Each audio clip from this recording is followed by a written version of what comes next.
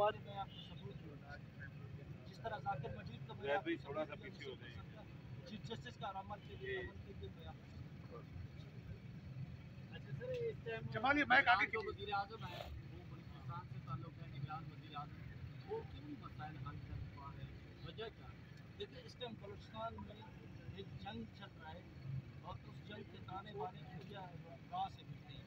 इसीलिए हमारे line forces की कुर्बानियाँ भी आप देख रहे हैं कि हमारे लाइन फोर्सेस के ऊपर धमाके बलूचिस्तान में हो रहे हैं। इन कुर्बानियों के बावजूद फिर भी उन्होंने बलूचिस्तान के अमन के लिए जितना कुर्बानियाँ दी है, हम उनको काबिल सताइश समझते हैं।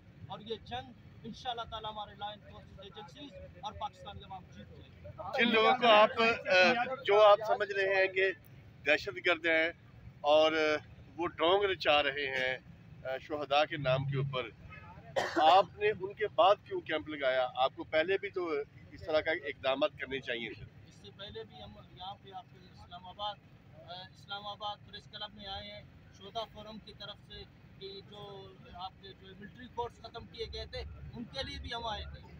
हम वही आप देख रहे हैं कि बलूचिस्तान में हमने कितने शोधा फोरम के लोगों ने कितने रैलियाँ निकाली हैं। आप ये बता दें कि यकीन किया गया है पार्लियामेंट की सलामती कमेटी में कैमरा इजलास में ये था किया गया है कि एक मसला है। मैं ये नहीं कह रहा कि किस तरह से मसला एक बलूचिस्तान में मुलाकात करें कि वो बाहर से उसको करनी पड़े। मेरा बुनियादी तौर पर आपसे सवाल ये है, क्या मैं किसी को नाम नहीं ले रहा कि कौन इसमें है, मैं ये पूछना चाह रहा हूँ क्या बलूचिस्तान में लापता अफराद का मसला है? क्या बलूचिस्तान में गुमनाम मैयतें फेंकी जाती हैं?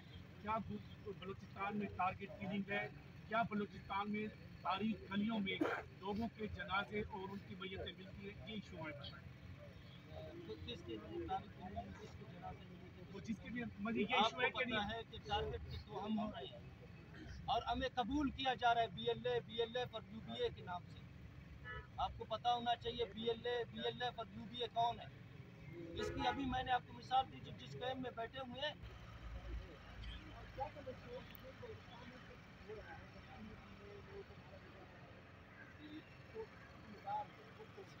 क्या